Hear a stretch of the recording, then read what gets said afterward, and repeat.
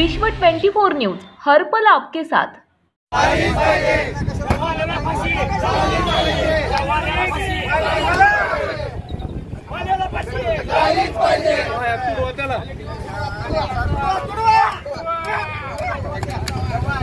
अरे वाल्याला फाशी, धनंजय देशमुखला आरोपी यांना दामाला फाशी, मुंडेला आरोपी।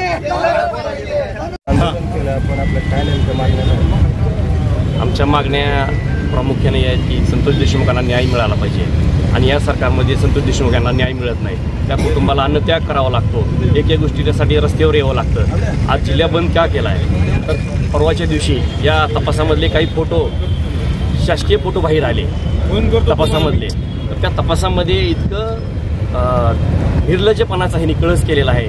त्या संतोष देशमुखाला इतकं निर्दयपणाने मारलेलं आहे तर संबंध महाराष्ट्र हळहळ करत आहे याच्यामध्ये। तर आमची प्रामुख्याने मागणी आहे की या टोळीचा जो म्होरक्या आहे धनंजय मुंडे याला तात्काळ अटक झाली पाहिजे आणि ह्या गुन्ह्याचा सूत्रधार तो आहे, त्याला प्रमुख आरोपी त्याला केलं पाहिजे। आणि या महाराष्ट्राचे गृहमंत्री निष्क्रिय ठरलेले, 3 महिने उलटून गेले तरी अद्याप एक गुन्हेगार सापडत नाही।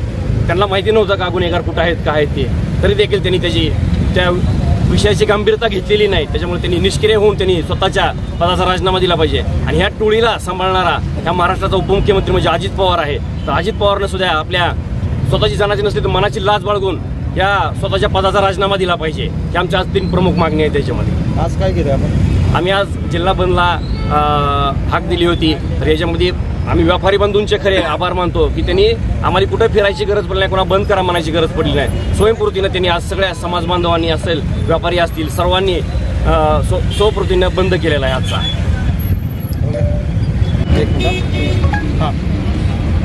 आज 90 दिवस झालं संतोष अण्णा देशमुख यांना जाऊन त्यांची ज्या निगुपात हत्या केली त्याचे फोटो पाहिल्यानंतर महाराष्ट्राला आभाळ ठिरणे झाल्यासारखं वाटतं।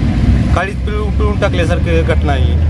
त्यांना एवढं बेकार मारलं, त्यांच्या तोंडावर म्हणजे शब्दसुद्धा फुटत नाही।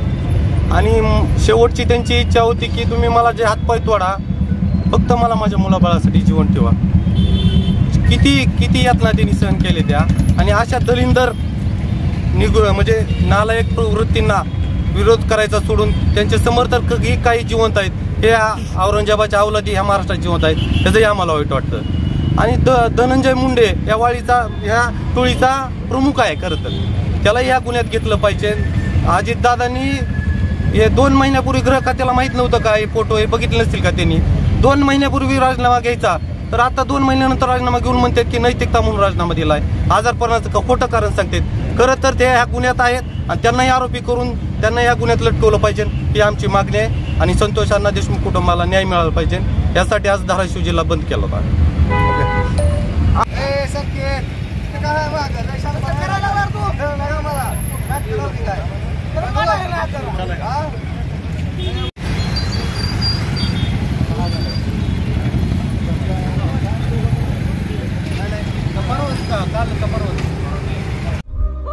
राज्यातील महत्त्वाच्या आणि आपल्या भागातील ताज्या बातम्या पाहण्यासाठी आजच आमच्या विश्व 24 न्यूज चॅनलला यूट्यूबवर सबस्क्राईब करा आणि बेल आयकॉन प्रेस करा।